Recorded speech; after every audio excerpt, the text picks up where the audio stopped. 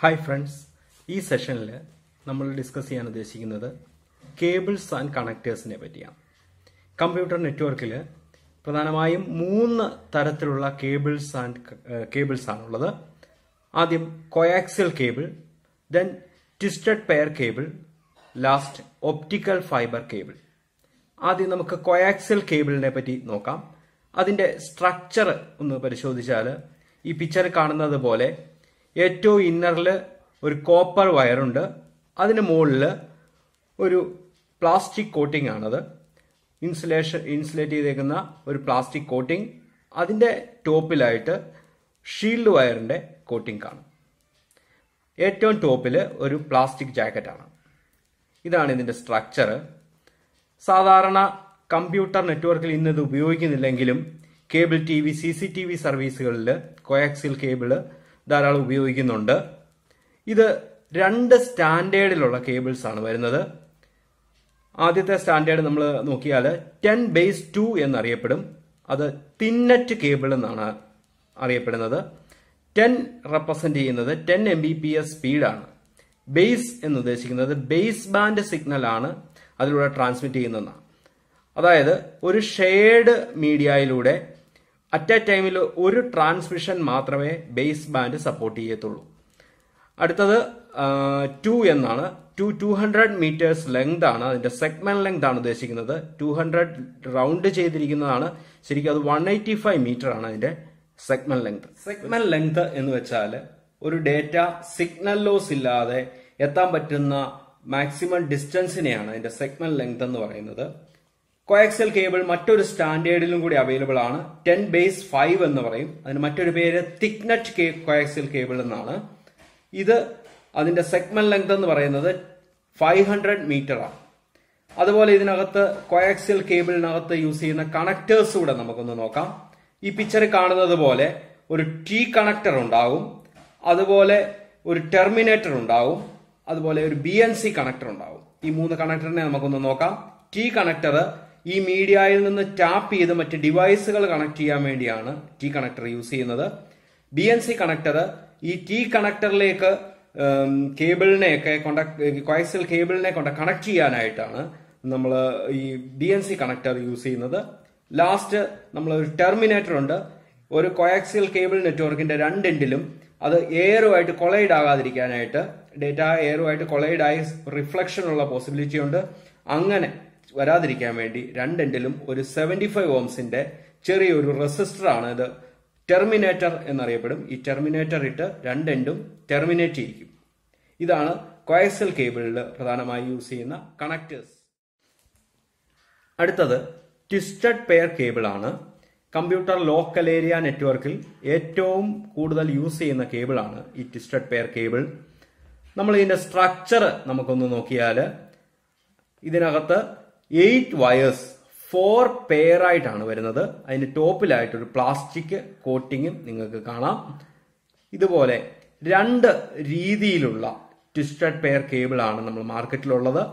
ഒന്ന് shielded twisted pair cable STP എന്നറിയപ്പെടും. 2 unshielded twisted pair UTP എന്നറിയപ്പെടും.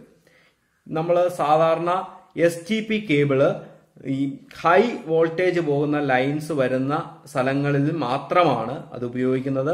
Electrical interference കൊണ്ട് signal loss ഉണ്ടാകുന്ന സാഹചര്യങ്ങളിൽ മാത്രം നമുക്ക് STP കേബിൾ ഉപയോഗിക്കാം.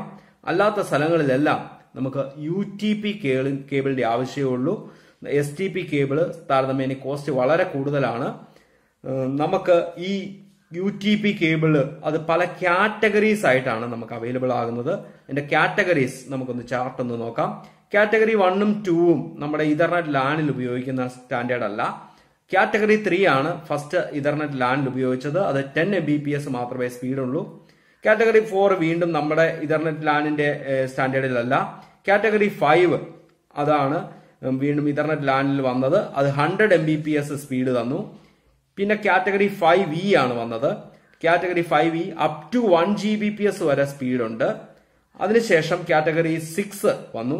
അത് 100 മീറ്റർ ആണ് സെഗ്മെന്റ് ലെങ്ത് എങ്കിൽ അത് നമുക്ക് 1 Gbps വരെ സ്പീഡുണ്ട്. അതല്ല 55 മീറ്റേഴ്സ് ആണ് നിങ്ങൾ കാറ്റഗറി 6 ഉപയോഗിക്കുന്നതെങ്കിൽ അത് 10 Gbps വരെ സ്പീഡ് ഉണ്ട്. കാറ്റഗറി 7ഉം അതുപോലെ 10 Gbps വരെ സ്പീഡ് സപ്പോർട്ടുള്ള കേബിളാണ്. അടുത്തത് ഒപ്റ്റിക്കൽ ഫൈബർ കേബിളാണ്. നേരത്തെ കണ്ട കേബിളുകളിലൊക്കെ ഇലക്ട്രിക്കൽ സിഗ്നൽ ആണ് കോപ്പർ വയറിലൂടെ പാസ് ചെയ്തിരുന്നതെങ്കിൽ നമ്മൾ ഈ OFC കേബിളിലേക്ക് വരുമ്പോൾ അവിടെ കോപ്പർ വയറിന് പകരം ഒരു ഗ്ലാസ് കോർ ആണ് യൂസ് ചെയ്യുന്നത്. ഒരു ഗ്ലാസിനകത്തൂടെ ലൈറ്റ് പാസ് ചെയ്യിച്ചാണ് ഡേറ്റ കമ്മ്യൂണിക്കേഷൻ നടക്കുന്നത്. അതുകൊണ്ട് തന്നെ ഈ കേബിളിന് ഇലക്ട്രിക്കൽ ഇന്റർഫിയറൻസിന്റെ പ്രോബ്ലം ഇല്ല. ഹൈ സ്പീഡിൽ കമ്മ്യൂണിക്കേറ്റ് ചെയ്യും. അതുപോലെ തന്നെ ഇതിന്റെ സെഗ്മെന്റ് ലെങ്ത് ആണ് ഏറ്റവും മെയിൻ. സെഗ്മെന്റ് ലെങ്ത് കിലോമീറ്ററോളം സെഗ്മെന്റ് ലെങ്ത് സപ്പോർട്ട് ചെയ്യുന്ന ഒരു കേബിളാണ് OFC കേബിൾ എന്ന് പറയുന്നത്. ഇതിന്റെ ഒരു സ്ട്രക്ചർ നമുക്കൊന്ന് കാണാം. ഏറ്റവും ഇന്നറിലായിട്ട് നിങ്ങൾ കാണുന്നുണ്ട്. ആ കാണുന്ന പോർഷൻ ആണ് നമുക്ക് ഗ്ലാസ് കോർ. അതിനകത്തൂടെയാണ് ലൈറ്റ് പാസ് ചെയ്യുന്നത്. അതിന്റെ മുകളിലായിട്ട് ഒരു ക്ലാഡിംഗ് കോട്ടിംഗ് കാണാം. ക്ലാഡിംഗ് കോട്ടിംഗ് ഒരു പ്രൊട്ടക്റ്റീവ് കോട്ടിംഗ് ആണ്. അതിന്റെ മുകളിൽ ഒരു പ്ലാസ്റ്റിക്കിന്റെ ഒരു കോട്ടിംഗ് കൂടെ ഉണ്ട്. ഇതാണ് ഇതിന്റെ സ്ട്രക്ചർ. നമുക്ക് 2 ടൈപ്പ് ഫൈബർ ഒപ്റ്റിക് കേബിൾസ് ആണ് വരുന്നത്.